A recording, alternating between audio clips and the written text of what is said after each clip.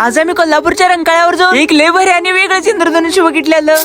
तर आज सकाळी लवकर की नाही मला कोल्हापूरला जायचं होतं, त्यामुळेच की नाही सगळ्यात पहिला माझा आवरून की नाही मी कर्णला घेण्यासाठी आलो. कारण कोल्हापूर की नाही आमच्यापासून 60-70 किलोमीटर लांब आहे आणि एवढं लांब जायचं झालं म्हणजे एक मित्र तर सोबत असायलाच पाहिजे. म्हणजे कसं आम्ही दोघं असं कधी बोलतो बोलतो कोल्हापूर मध्ये येऊन पोहोचलो की नाही आम्हालाच कळालं नाही. मग इथं आल्यावर आम्ही सगळ्यात पहिल्यांदा की नाही इथं असलेले Kavya's cosmetic and hair transplant centre मध्ये गेलेलो. मग इथं आल्यावर मॅडमांनी माझ्या चेहऱ्याकडे बघून सांगितलेलंच की उन्हात लय कामं करतोस वाटतं. आणि हे बरोबर पण होतं, कारण आपली मळ्यातली कामं की नाही सगळे उन्हातच असतात. त्यामुळे आता मॅडमांनी पण की नाही चेहरा क्लीन करण्यासाठी की नाही फोटो फेशियल करायचं म्हणले. यामध्ये मग असं पहिल्यांदा की नाही जेल तेन अप्लाय केलं, नंतर मग बाकीचं पण सगळं झाल्यावर ना की नाही त्यानंतर हे मास्क लावलं. पण हे मास्क की नाही बरोबर 40 मिनिटं लावायचं असतं. आणि मी पण हे सगळं केल्यावर ना की नाही मला पण याचा रिझल्ट एकदम भारी वाटला. आता या क्लिनिक मध्ये की नाही नुसता चेहऱ्यावर नाही तर केसांवरती पण ट्रीटमेंट होत्या. त्यामध्ये मग आपल्या केसांची कोणती पण प्रॉब्लेम असते ती 100% सॉल्व्ह होत्या. त्यात आणि आता रक्षाबंधन येत असल्यामुळे की नाही तो ऑफर पण एकदम भारी चालू आहे. त्यामुळे तुम्ही पण की नाही एकदा काव्या कॉस्मेटिकला की नाही नक्की भेट द्या. आता मग आमचं इथलं सगळं काम झाल्यावर ना की नाही आम्ही रंकाळ्याकडे निघालो, कारण आम्हाला बघायचं होतं रंकाळा तलाव नेमका दिसतोय कसा. वातावरण तर एकदम भारी झालेलं, पण त्याच वातावरणामध्ये की नाही एकदम बारीक बारीक पाऊस पण चालू झाला. त्यामुळे मग तेवढे तिकडे इंद्रधनुष पण आलं आणि ते पण वेगळंच असं पाण्यावर पडल्यावर दिसायला. म्हणजे कसं इंद्रधनुष अलीकडे दिसायला आणि झाड होती ती पलीकडे दिसायला. बाकी मग इथं तसं आम्ही थोडा वेळ थांबला आणि आता जायचं म्हणलं. त्यामुळे आता उशीर व्हायला नको म्हणून की नाही आम्ही आता घरी निघालो. शेवटी मग जाताना की नाही तुमचा जिल्हा कोणता आहे की नाही ते कमेंट करून जावा.